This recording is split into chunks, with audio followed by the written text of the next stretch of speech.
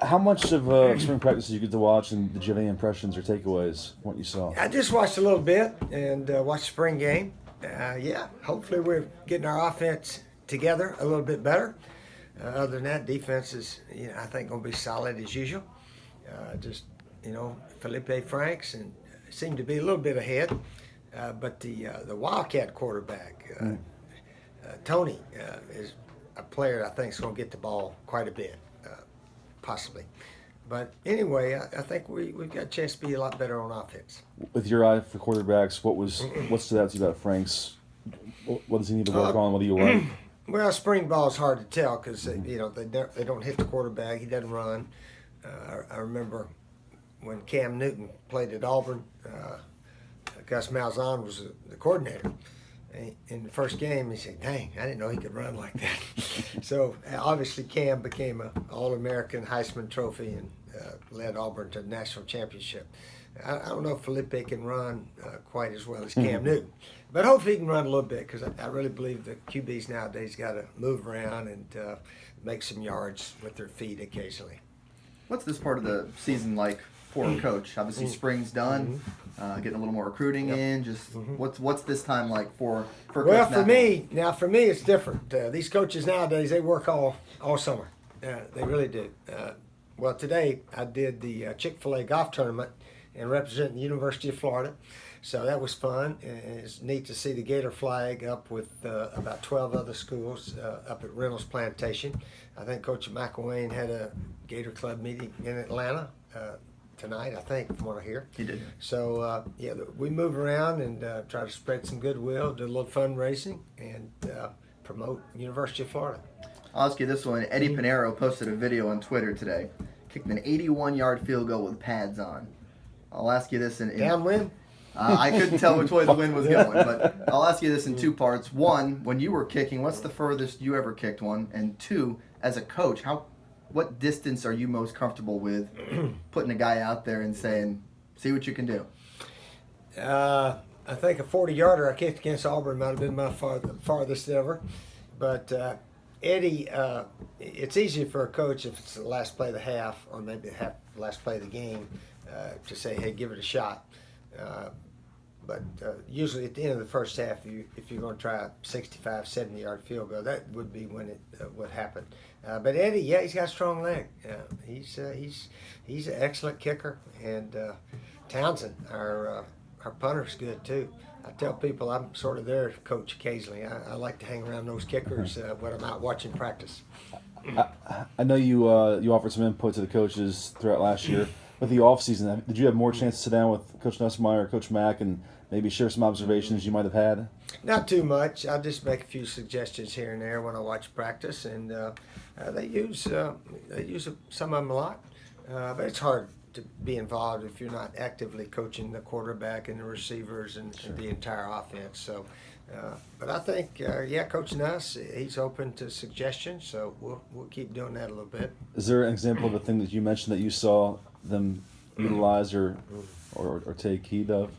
No, not too much. Not too much. They know what they're doing. They coach obviously a little different than I coach, Sure. But everybody's different in the coaching profession. Most of the coaches train maybe at Alabama, or if you've been at Alabama, you do it sort of like they do it, and so I think there's a lot of carryover there. You mentioned Alabama. Coach Saban in the news today. Obviously, his contract details coming out. Does it amaze you how big these numbers are getting for head coaches, or maybe do you wish that you were coaching right now? No, I didn't hear about his numbers, but he certainly deserves it for what Alabama has done. So, but he was up at the golf tournament today. Also, he plays in it each year, so it was a nice event. I'll ask you this: how'd you hit him today? Well, we finished second. Shane Okay. Matthews was my partner. We came up and we actually finished pretty strong. We were 4 under the last 3 holes. Had a shot on the last hole, made a birdie. The team that won, Ole Miss, they had a couple more shots than we did, so we basically sort of tied them off the stick. Have you seen the golf game improve since retirement? No, not really. But today was fun. I made a few putts at the end of the tournament today, so it was fun to get in the hunt there and come in second. It's not too bad. I think we raised something like $80,000 for the University of Florida in charities. So Chick-fil-A does an excellent job raising and giving away a lot of money to charities and back to the schools. One more, at least for me on my side. Gators at a home game in LSU this year, but kind of lose one with the Kickoff Classic. As a head coach, how much do you value that ability to be able to play at home, and how much can it help to get an extra game like Florida's getting this year? Well, obviously, we love playing at home. We were 68-5, pretty good, but I can't play all of them at home, so you got to win on the road also. It'd be a difficult game with Michigan in Dallas, but getting LSU at home and Tennessee and so forth, hopefully that will lead to a big year. Only time will tell. What were your thoughts about having a game like a marquee game right off the bat like that? Oh, it didn't come up too much back then. Everyone was sort of happy with the way the schedule fell. I think it can be detrimental, to tell you the truth. I saw Hugh Freeze last night at the golf tournament. I said, during the summer, it sounded real neat and cool to want to play FSU in Orlando, Florida. When realistically, Ole Miss got no business coming into Florida to play FSU down there, but there was a lot of money involved, and I guess it'd be nice if you beat them, but they went down there and got beat and kept getting beat and went 4-8 this year.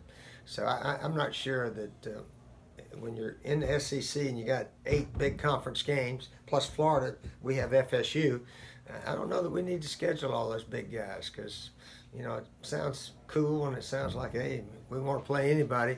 But in the long run, at the end of the season, when they start who's going to be in that Final Four, they usually say, what's your record? And so your record is, to me, more important sometimes than your schedule, although they say it isn't.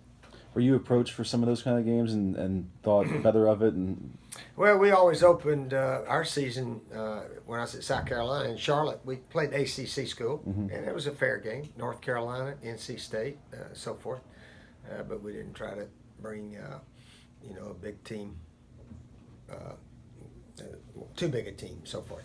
Okay? Perfect. All right, man. Great. All right, good deal. Thank you, Coach.